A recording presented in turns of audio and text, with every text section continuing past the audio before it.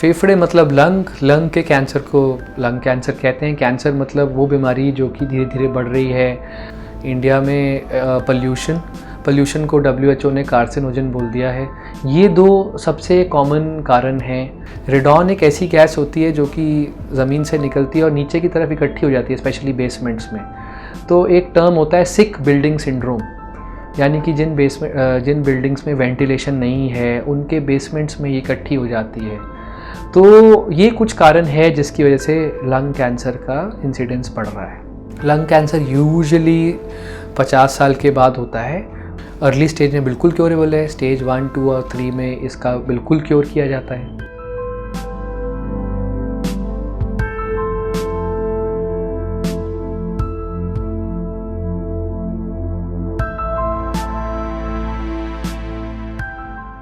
Hello, I am Dr. Vikas Goswami.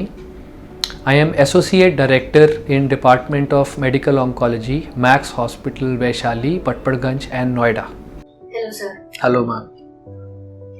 Doctor साहब, फेफड़ों का कैंसर क्या होता है? फेफड़े मतलब लंग के कैंसर को लंग कैंसर कहते हैं। कैंसर मतलब वो बीमारी जो कि धीरे धीरे बढ़ रही है, कोई गठान जो अनरिस्ट्रिक्टेड ग्रोथ हो रहा है। तो cancer of lungs is called as lung cancer. तो इसके होने के रीजंस क्या हैं, क्या कारण? मोस्ट कॉमन रीजंस इसमें है स्मोकिंग। इंडिया में पोल्यूशन को WHO ने कार्सिनोजन बोल दिया है। ये दो सबसे कॉमन कारण हैं। स्मोकिंग भी कई लोग आते हैं कहते हैं हम तो स्मोकिंग करते ही नहीं। तो any form of tobacco consumption, it's not just cigarette, ठीक है, किसी भी फॉर्म का tobacco consumption can lead to lung cancer. Pollution outdoor ही नहीं, इंडोर भी होता है। गाँव में चूल्हा वगैरह जो होता है उससे भी पोल्यूशन होता है। और इसके अलावा there is something called as second hand and third hand smoke, कि आप स्मोकिंग नहीं करते, आपके घर में कोई रहता है वो स्मोक करता है, तो वो धुएं से भी कैंसर होता है। और थर्ड हैंड स्मोक होती है कि आप स्मोकिंग करते हैं, पर्दों वर्दों में वो स्मोक फंस जाती है, वो उसके डस्ट के इन्हेलेशन से भी रिस्क ऑफ कैंसर बढ़ता है। कुछ कंट्रीज़ में कहा जाता है रेडॉन गैस एक्सपोजर, इसके एक्सपोजर से कैंसर होता है। रेडॉन गैस का मैपिंग किया हुआ है वेस्टर्न कंट्रीज़ में, यूरोप में, US में। हमारी कंट्री में इसके बारे में ज़्यादा आइडिया नहीं है। रेडॉन एक ऐसी गैस होती है जो कि ज़मीन से निकलती है और नीचे की तरफ इकट्ठी हो जाती है, स्पेशली बेसमेंट्स में। तो एक टर्म होता है सिक बिल्डिंग सिंड्रोम, यानी कि जिन बिल्डिंग्स में वेंटिलेशन नहीं है उनके बेसमेंट्स में ये इकट्ठी हो जाती है। तो ये कुछ कारण है जिसकी वजह से लंग कैंसर का इंसिडेंस बढ़ रहा है। इसका ट्रीटमेंट है? लंग कैंसर के बहुत सारे ट्रीटमेंट्स हैं। अर्ली स्टेज में हम लोग सर्जरी एडवाइस करते हैं।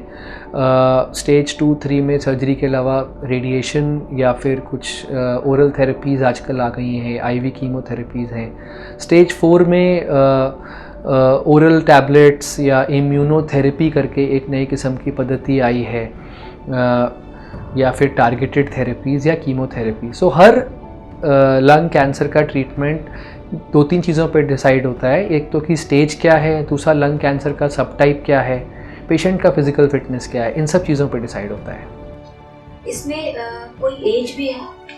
लंग कैंसर यूजुअली 50 साल के बाद होता है, बट बढ़ते पोल्यूशन की वजह से हम लोग देख रहे हैं कि यंगर एज में भी लंग कैंसर हो रहा है। जो लोग स्मोकिंग नहीं करते उनमें भी लंग कैंसर हो रहा है। महिलाओं में भी लंग कैंसर हो सकते हैं? बिल्कुल हो सकता है, क्योंकि जैसा मैंने बताया second hand smoke, third hand smoke, चूल्हा and pollution, these are some of the causes. So very well ladies में होता है, और गाँव में लेडीज़ हुक्का वगैरह भी पीती हैं, तो होता है। डॉक्टर साहब, क्या लंग कैंसर कभी इस हद तक हो सकता है कि इससे मरीज की मौत हो जाए? लंग कैंसर अगर एडवांस स्टेज में है, स्टेज 3B या 4 में है, तो यूजुअल सर्वाइवल्स 6 महीने से लेकर 2-2.5 साल तक होते हैं। तो लेट स्टेज पे हम लोग बीमारी को क्योर नहीं कर सकते, कंट्रोल कर सकते हैं। लंग कैंसर का मरीज कोई है, उसके फेफड़ों को क्या हम ऑपरेट के जरिए काट के या उसका कोई हिस्सा ठीक करके भी उसको ठीक कर सकते हैं? स्टेज 1 या स्टेज 2 में लंग कैंसर की सर्जरीज़ की जाती हैं और बहुत सक्सेसफुल हैं। तो जैसा कि मैंने कहा, स्टेज का मतलब कितना बढ़ा हुआ है। तो early stage we are doing operations, late stage we are doing operation plus radiation, very late stage we are only doing radiation या टैबलेट्स और आईवी कीमोथेरेपीज। बच्चों में भी क्या ये कैंसर मिलता है? कम कॉमन है, बिकॉज लाइफस्टाइल की वजह से है, तो not a very common form of cancer for children. इसके होने का कोई और रीज़न भी है? मैडम, जो 3-4 रीज़न है वो मैंने आपको बताए। Again, smoking, pollution, radon gas exposure, these are the 3 most common causes of lung cancer. क्या ये कैंसर भी ब्रेस्ट कैंसर की तरह क्योरेबल है? अर्ली स्टेज में बिल्कुल क्योरेबल है। स्टेज 1, 2 और 3 में इसका बिल्कुल क्योर किया जाता है। आपके पास कुछ ऐसे मरीज भी आते होंगे जिनको ट्रीट करना थोड़ा मुश्किल होगा या शायद उनकी स्टेज काफ़ी बढ़ी हुई होती होगी। उस टाइम पर मरीज का एक ट्रॉमा भी होता है, दिमागी ट्रॉमा भी होता है, और कई बार आप लोगों को भी पता होता है कि इसको शायद हम नहीं ठीक कर पाए या उस समय तक ना ठीक कर पाए जितना मतलब उसकी लाइफ काफ़ी कम हो जाए। ऐसे में आप लोगों को कैसे फेस करना पड़ता है, पेशेंट के साथ कैसे डील करना पड़ता है? देखिए, इलाज के 2-3 एस्पेक्ट हैं। लाइफ लंबी करना एक भाग है।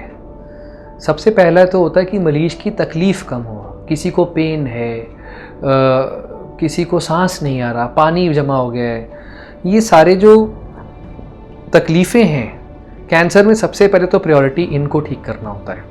तो ये बाय एंड लार्ज किसी भी स्टेज पे हो, आप कंट्रोल कर सकते हैं इसको।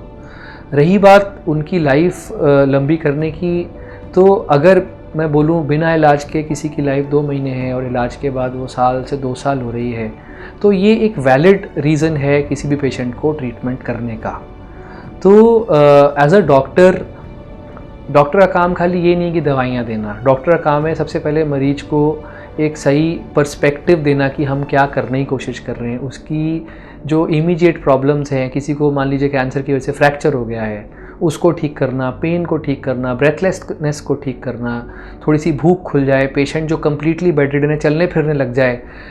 पहला हमारा गोल ये रहता है उन पेशेंट्स में, जिन पेशेंट्स की आप बात कर रहे हैं कि जिनको हम कंट्रोल नहीं कर सकते। सेकंड, इसके साथ साथ अगर उनकी हम लाइफ कुछ समय तक बढ़ा सकें तो ये एक बहुत वैलिड बेंचमार्क होता है as a doctor and for the family. इसमें इस कैंसर में डाइट का क्या रोल होता है? डाइट बहुत ज़रूरी है। पौष्टिक आहार हम लोग बोलते हैं पेशेंट्स को लीजिए। ऑन्को डाइटिशियन एक स्पेसिफिकली अटैच किया जाता है पेशेंट के साथ। डाइट इसलिए ज़रूरी है कि अगर ठीक से न्यूट्रिशन नहीं जाएगा तो ट्रीटमेंट भी उतना सक्सेसफुल नहीं होगा। So from a oncology point of view, हम लोग एक कहावत है कि खाली पेट जंग नहीं लड़ी जाती है। तो वी एंश्योर कि प्रॉपर न्यूट्रिशन पेशेंट को जा रहा है, उसके लिए प्रॉपर डाइटिशियंस असाइन किए जाते हैं, उनकी न्यूट्रिशनल रिक्वायरमेंट्स कैलकुलेट की जाती हैं, प्रोटीन रिक्वायरमेंट्स कैलकुलेट की जाती हैं और उस हिसाब से ट्रीटमेंट किया जाता है। अगेन, इसमें भी अगर कोई मरीज कैंसर का है तो उसको फैमिली सपोर्ट किस तरीके का मिलना चाहिए? मैडम, हर कैंसर में family support is the most important thing apart from treatment. Family support in terms of logistics कि पेशेंट को लाना ले जाना, family support in terms of mental wellbeing, patient का मोरल हाई रखना, ये 2 बहुत इंपॉर्टेंट एस्पेक्ट्स हैं। मैं फिर से रिपीट करूँगा कि जिन पेशेंट्स के साथ प्रॉपर फैमिली सपोर्ट होता है उनके रिज़ल्ट्स हमें लगता है कि बेटर हैं एज़ कम्पेयर टू समबडी जो कि व्यक्ति अकेला आ रहा है या किसी सर्वेंट के साथ आ रहा है या ड्राइवर के साथ आ रहा है, क्योंकि सर्वेंट और ड्राइवर फैमिली मेम्बर्स को रिप्लेस नहीं कर सकते। तो moral support is directly related to patients will power. Patients will power is directly related to treatment outcomes. Thank you ma'am.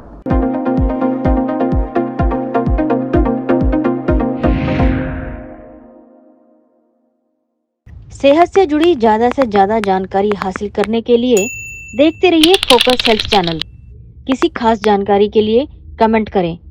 Focus health channel को सब्सक्राइब, लाइक और share करना ना भूलें। इसके साथ ही बेल आइकन को टच करें ताकि समय पर आपको सभी नोटिफिकेशन मिलती रहें।